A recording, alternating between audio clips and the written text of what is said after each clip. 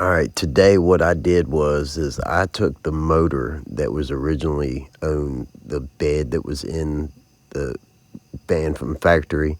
I cut apart and took out of it. I'm taking and custom implanting it into a cabinet to make the cabinet motorized. This right here is how far we made it today. I hope y'all like it. If you've been following along with me any time on this journey, you know that I'm building this van out. I'm slowly making progress. Well, today what I'm gonna do is I want to take and build a cabinet that's gonna go in this corner right here. I'm gonna take the top off of that center console right there, and its top is gonna be in with the top of the cabinet that's gonna be being built, which is gonna house my sink, my gas stove top underneath for the storage, obviously for the water and for the gas, and then excess storage for just use. I'm going to take a cardboard piece of cardboard and make a template.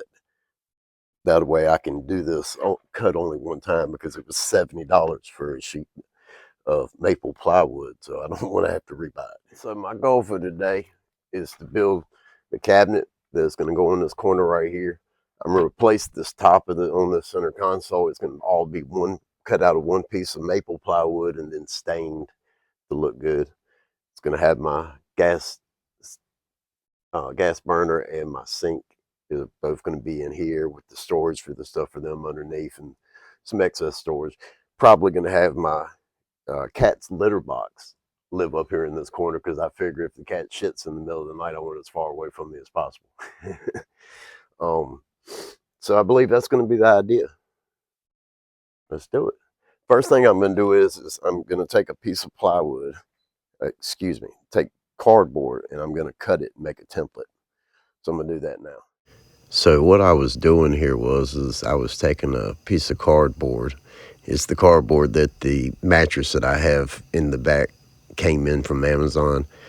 I took it and cut it into a strip and actually am making a template out of it that I will use to cut the maple hardwood or maple plywood out that I'm going to stain for a top for the cabinet. This right here is the most simple way to transfer a shape over to something like this. It was kind of difficult to keep the thing held upright. As you'll see, I ended up having to crawl all around on my back doing it and everything else. But you know what? At the end of the day, I think I got a pretty good template out of it.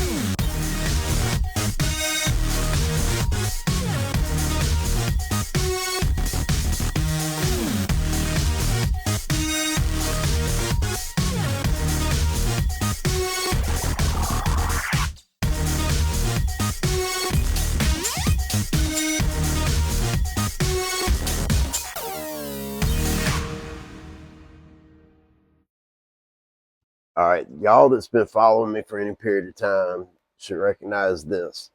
That's the motor that I cut out of the frame from the original bed that was in here. Okay, my intention originally had been to take that motor right there, implement it on the bed that I was building, but it was not a capability to be able to do it. Okay, I'm fixing to build a cabinet to go in this corner right here. The top of the cabinet is going to be where the top of that center console shelf is. It's going to be replaced. It's all going to be one piece now. But the issue is that I have to have the capability to get away from that motor cover right there just in case something happened. I need to access the motor. I needed a way to be able to move the cabinet. Y'all getting my idea here? This is going to be the base for my cabinet, and I'm going to have it to move the thing.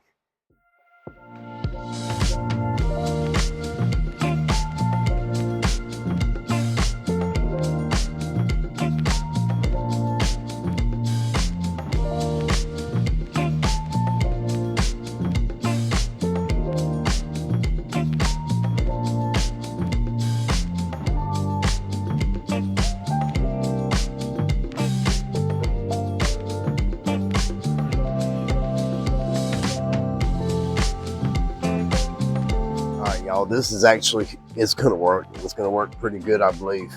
All right, so I've got the frame down here that the motor, that came out of the bed that was originally in here.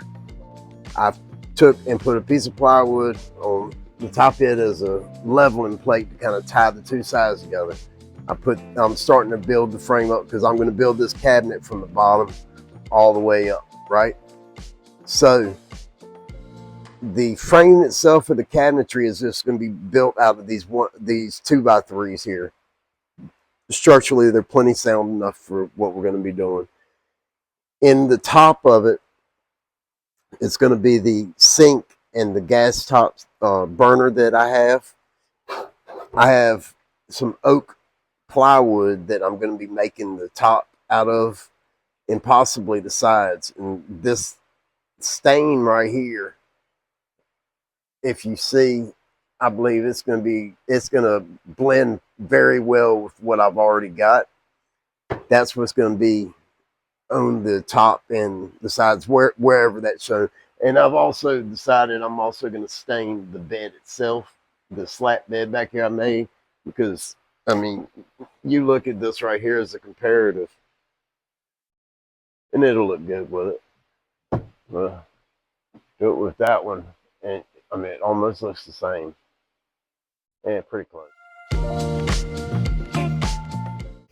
Here I'm using a jig to make pocket holes or pocket screws because they are substantially stronger of a bond to hold the cabinet together. So you use this little jig here and you take a clamp, hold it down on it, and it holds it for the perfect angle for the drill bit to go in.